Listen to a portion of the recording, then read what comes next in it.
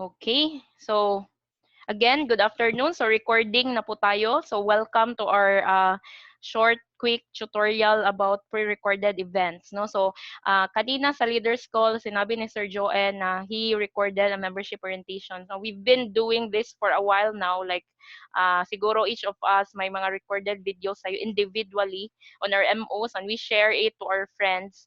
And this time, si Sir Joen na talaga yung nag-record. No? It's a bit more convincing siguro kasi ang president na yung gumawa ng video, a recorded video to be shared to our friends. No, bakit ginawa ni IMG ang initiative na to? Because dahil sa crisis around wherein people cannot go outside the house, kaya ginawa ni Sir Joen tong pre-recorded events. No, so I hope everyone here are safe. No, everyone are doing great.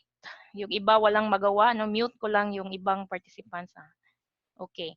So, how are you guys? No, okay lang ba? No, yung iba gilaay na, no? Nababagot na kaka-stay at home, but we are thankful that we are IMG members kasi we can do our business online. No, hindi tayo mababagot, hindi tala ayon kay natay daghang posible buhaton. I hope you are updating your share list, you are calling and following up with your fresh prospects, yung mga prospects na na-sharean na before, and you are taking advantage of the Dominate tool and at the same time Facebook. No, so this time specific tayo sa pre-recorded events. No, so I hope everyone here have used Dominate na already. So can you see my screen? Please acknowledge. Can you see my browser? Okay. So first step na gagawin, no? So first step na gagawin, of course, pupunta tayo sa Dominate. If you don't know where to find the Dominate anong tawag yan, dashboard, just go to our portal, img-corp.net, and of course, you need to log in. For this time, I'm using my husband's login kasi yung Dominate crowded na little bit, baka ma-confuse kayo. So for now, I'm just using Kenneth's login, no? So Dominate, the Dominate link is under Tools, no? Tools, drop down, Dominate. Right? So make sure you are your 2020 accreditation is active because if it's not active, hindi mo magagamit yung Dominate. So make sure you pay your 2020 accreditation. So if not, wala kang makikitang feature na ganito. So okay, Dominate is here under tools. Okay, what you need to do is you bookmark this certain what you call that, this certain link para easy for to find. So just click this star here, bookmark, no? And put Dominate. And if ma-bookmark mo na siya, mag-a-appear siya dito sa bookmarks tab para it's easy for you to go in and out anytime. Okay, now, what you need to do is you scroll down, click Get Started.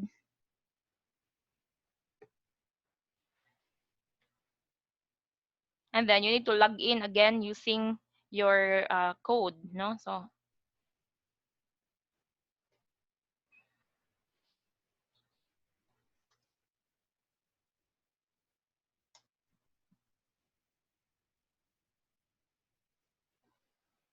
right, so you can see the dashboard of Dominate. Siguro hindi nyo na first time nakita to. So where you need to go dito sa side, left side, no? Makikita mo dito pre-recorded events. Click that one.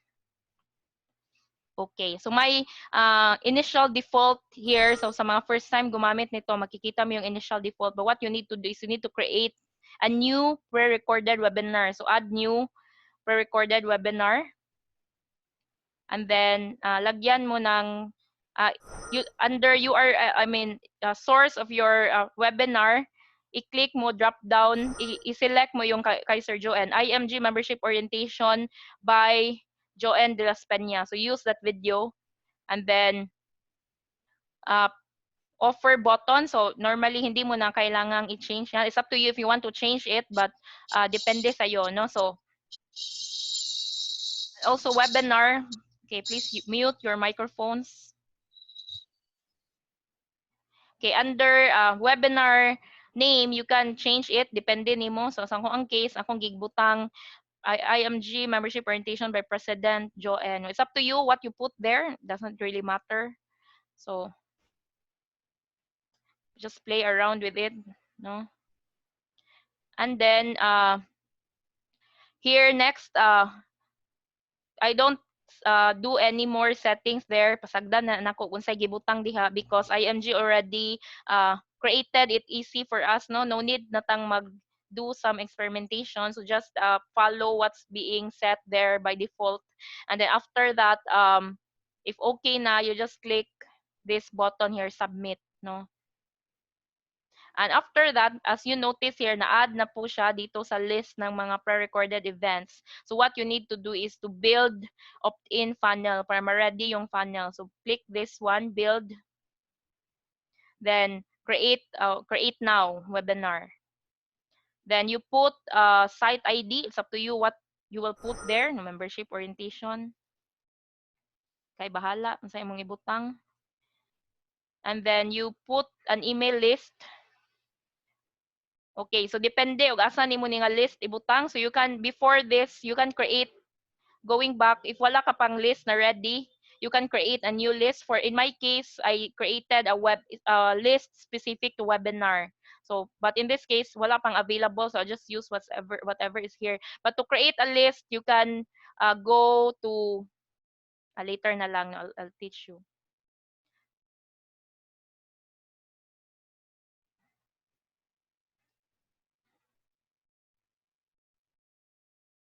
Okay. So as you notice, na created na yung ginawang funnel here. But if you don't know how to create a list, it's under email blast. No, you open it here and then go to view all list, then add new list. You can create a new list there. Let's say pre-recorded event. No, depende nimo. Then pwede dyan mo ilagay yung mga list from your leads from your pre-recorded event na ginawa. So, yan. So going back here, when your funnel is ready, so you can see the link here, you can open it up. Ito yung i-share mo sa mga friends mo, ipopost mo sa Facebook, i-boost mo, i-PM mo sa friend mo para i-invite mo siyang sumali sa webinar, no? So you don't need to create a landing page kasi ginawa na ng IMG para sa iyo here, no? So may content na siya. So wala ka nang kailangan baguhin diyan. So if they click register, you can get your friend's email, no, dito sa here, no, they will sign up here. Okay, so di na ko mo sign up, but after they sign up, they can receive this on their email. For example, get test na ninako ganina. So maka-receive sila og 3 emails. No, you're officially registered with the link of the webinar. So by the way, may countdown po siya. Sige, try na lang nako.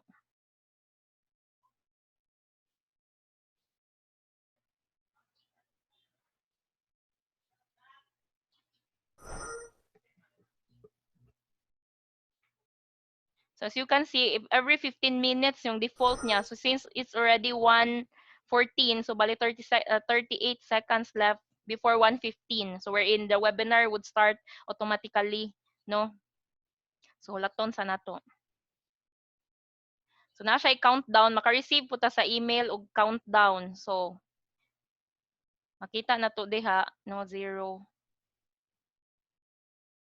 18 seconds left, 17. But they can select time, by the way. Every 15 minutes ang setting ng dominate.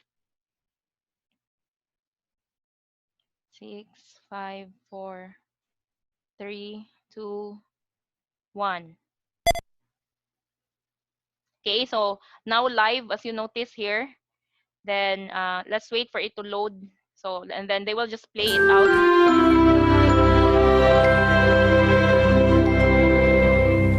Hello, my name is Joan de las Peñas, and today So, di ba? So, recorded, parang talk show lang. Di ba? Ang cool, no? So, si Sir Joen yung nag-play. So, this webinar is very good for me kasi very presentable siya, no? After Sir Joen talks, later, ipapakita yung entire slide. Ang ginamit na slide dito is yung regular na slide natin sa MO na mada-download natin from the resources area, no?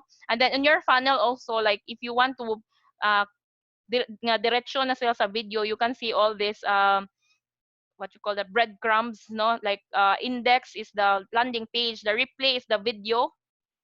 Like if ever hindi na sila makapaghintay ng time every 15 minutes, you can just forward it out. But if you want them to enter through your landing page, yung regular process lang yung is-send natin, no? So you can see here your link. And then before you post your webinar landing page link, like for example this one, make sure you shorten the URL. No, you can go to bit.ly, just Google it, like URL shortener. There's a lot of platforms that do URL shortener. Bit.ly, we have short URL, we have Google. No, so the most common is this one.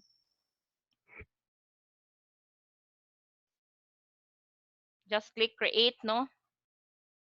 Then i-copy mo tong URL, paste here, and then create. No, so you notice, ito na yung shortened URL, ito na yung ipopost mo sa Facebook mo. So copy, open Notepad, and then i-paste mo yung URL. You can remove HTTPS, that one, para shorten. Kasi the URL here, taas kayo, very long. So you shorten that certain URL. Then you post it on your Facebook, of course, no? If you don't have any content yet, i-copy mo lang to, no? Or you can create your own content. It's really up to you. Basta yung end goal natin ay mapapasok sila doon sa webinar. And if they enter through that link, makukuha natin yung email address nila, mapupunta siya sa list natin, and then we can always follow up with emails, no? So, for example, in this case, I posted it on Facebook. For now, kinopya ko lang muna yung content.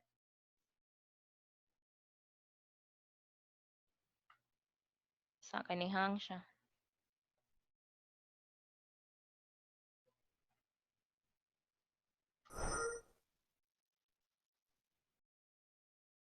So here, kinopya ko lang yung content, and I had one poster here, bonus, no? If you want to create posters fast and easy, you don't have to be an artist, a graphic designer to do it. Just go to Canva and create a free account. Bonus na lang ni siya nga tip.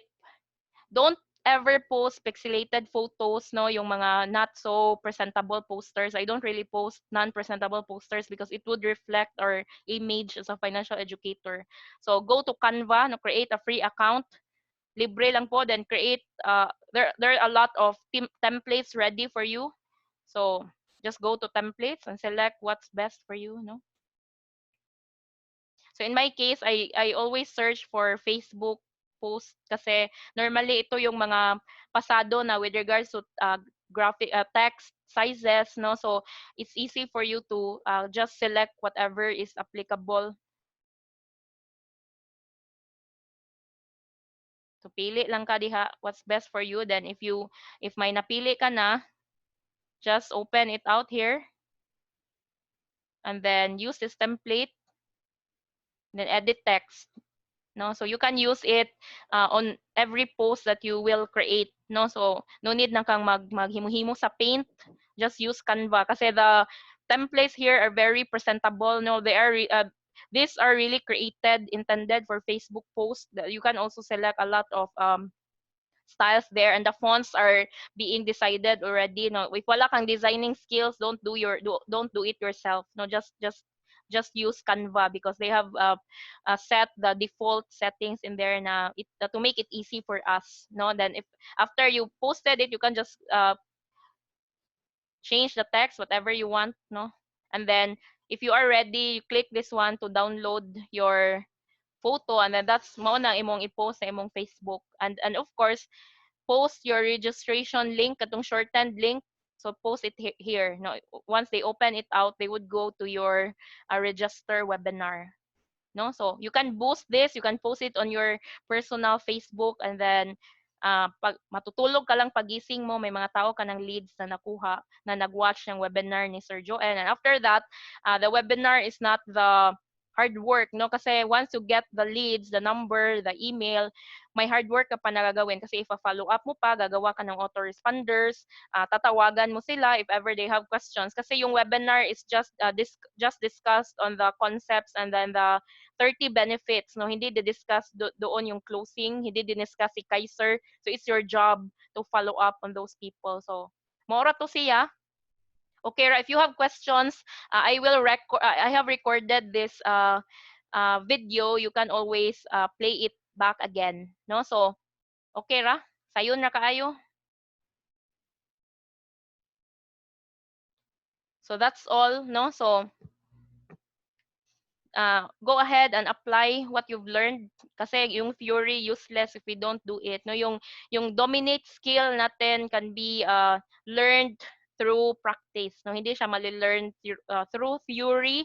You need to really you need to get your hands dirty and do it. All right, so thank you so much. I hope you learned a lot. Okay, so God bless everyone. Stay safe and stay at home. Stay safe. And to God be the glory. Thank you. Bye-bye. Good night. Good night na noon. Good day di ay. No. Thank you.